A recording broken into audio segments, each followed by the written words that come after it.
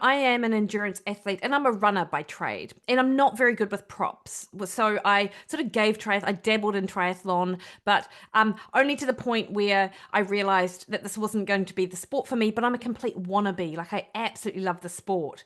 And I think it's because a lot of the people you meet who do triathlon, they're so committed and they've got so much resilience, and it just takes so much. It's such a big undertaking, particularly something like Ironman. I just really admire them. So Yeah. so I guess I always probably wanted to be a bit like that, to be honest. Well, that's super cool. And that eliminates my first question for you, which was going to be, as a triathlete, how is it even morally acceptable that you can take a bike ride, amazing, elegant bike ride, and absolutely bin it, ruin it completely by starting with a swim, then doing a bike, and then doing a run? You're ruining the bike ride. What are you doing? No, I know. And in fact, we were just over in the UK a month or so ago, and one of my husband's school friend's son, because that's how it is in the UK, it's like all of your friends are friends that you've had since you were like an infant. One of his sons was just completing one of his first Ironman, and we were just following along his race, and you sort of knew immediately once he hit the run that this guy's actually a runner. Like, he is not a triathlete, because had not a bad swim, but not a great swim. And then he did the bike in not a bad time, wasn't a great time. And then he hit the run and he passed about, I don't know, about 1,200 people. Oh my So goodness. this is one of the reasons I thought I could give triathlon a shot, because I am a runner. I'm like, well, at least I get that glory leg and I have the warm up of the bike to then come into the run. But I would not have the time or the patience to train for something like Ironman, to be It's a honest. part-time job. It's crazy how much time I is know. required in all these disciplines, and there's so much technique with all of those sports. I I know. respect it a lot too. Cyclists and triathletes always have to give each other, some trash talk, whatever. But I have a lot of respect for it too. I've got a few clients who train for it, and yeah, it's you're taking on a part-time job seriously, especially as you're ramping into your training. It's so much, so much. Absolutely, absolutely. And so my sort of sport of choice now is marathon running. I was much more serious about that maybe 15 years ago, but hubby and I just got our Boston qualifying little emails come through. So we'll be doing Boston next year, which will be fabulous. But also trail running, like, and it's actually just that mix. And you must get this as well, Casey. The mix of being out in nature and being active, and it's Yeah. what we should be doing as humans, like, and I can't even describe to you. I have this feeling even right now thinking about it, just how much I love that sensation. And it's not about moving swiftly or very quickly or anything like that. And of course, there are times where you do, but it's just actually the notion that, wow, I am out here, I'm putting one foot in front of the other, and I am responsible for myself in this most beautiful part of the world. Like, how It's amazing. it's lovely. It's probably why ultra marathon runners are some of the coolest people you will ever meet. They're so kind. Everybody helps each other. It's not so much a competition as it's like we're all sharing this together. And you're right, being out on Yeah. a trail and in nature is something special. That's Yeah, awesome. Uh, totally. And I will say though as well is that one of the benefits of doing that kind of thing, and I, to be honest, I don't know how you'll feel about this, but I just love the beer and the hot chips afterwards. hey, You I know? Yep.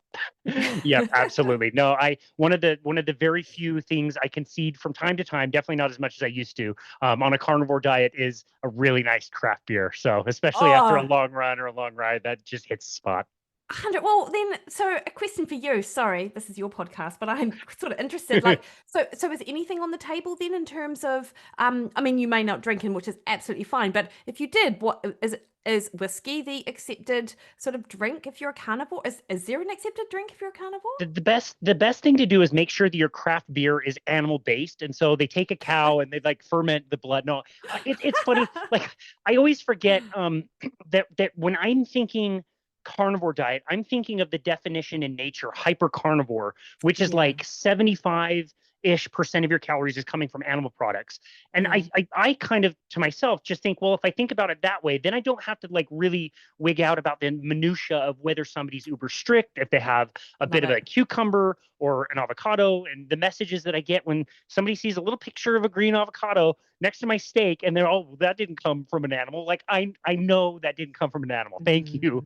Mm. It gets a little annoying in the carnivore space when people are trying to identify exactly what it is. And so I like the more open definition that just says, look, if you're getting most of your calories from animal products, different people are going to have different levels of kind of acceptance. If you notice, one of my friends who I was hanging out with a lot at the Symposium for Metabolic Health, which was a place that you and I got to meet in person, she is complete. She has to be very, very strict carnivore or her bipolar Yeah. symptoms come back. And so she's Yes. one that can't have any cheats, or even down to like, she's got to be very careful with spices and all that kind of thing. I'm lucky that Mm.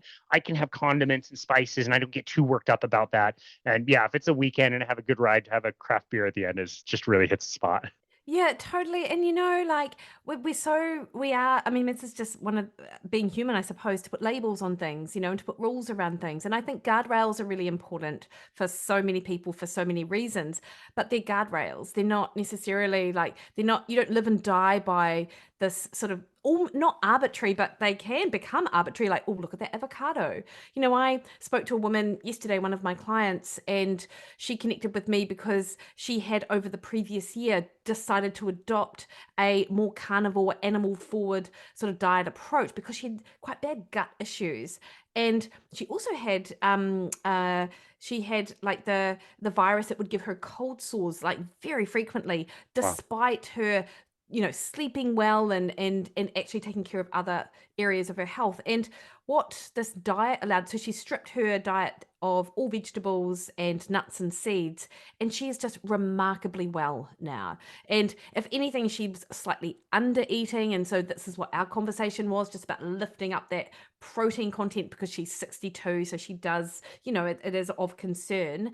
But I was just thrilled to have the opportunity to chat to her about her diet, because you just see it in action. And so often when people are on social media, and if all you are seeing are these bodybuilding like guys grabbing a steak and eating it raw, or I don't know, what social media is like, they Yeah. do the absolute extremes, then you can be almost forgiven for thinking it's some sort of fad or some sort of really extreme approach. Whereas anything in nutrition, and one, it's all contextual, but I mean, there is a reason for everything, right? And so carnivore is such a therapeutic approach for some people, as you mentioned with your friend.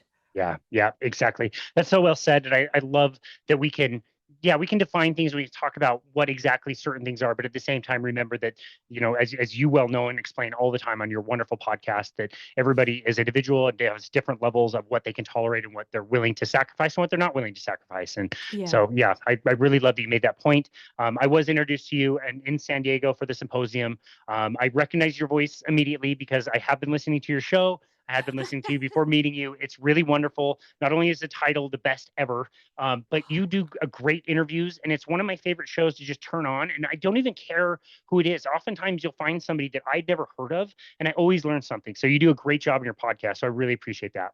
Oh, amazing, Casey. Thank you so much. And I will say that when Wikipedia come after me for some sort of like litigation on the two similarities of our names, I know I've made it. I mean, Exactly. and yeah. So that's the day I'm waiting for, Good for basically. you. I love it. That's fantastic.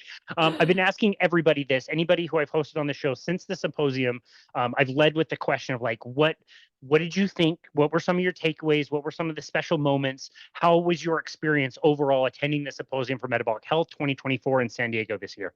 Yeah. Oh, look, I just loved it. And in part because you get the opportunity to connect with people that you have met, not infrequently, but over the years. And two of those people would be Jeffrey and Nicole Gerber. Like Karen and I met them in 2014, and then met again in 2016. And then I was at Low Carb Denver in 2023, which is where I did, I emceed a session there with Jeff, and of course Nicole was there, but they were very busy. So in San Diego, we sort of got together and we just had the best time. We went out to dinner, and it really felt like they were really old dear friends. And I think in part, Casey, and you must get this a lot with the people you meet too in this space, is that you've got that shared connection of first history, because we met initially at the ancestral health symposiums, but then also, so you've got that history of just knowing someone, but then you've got this passion of health, of well-being, and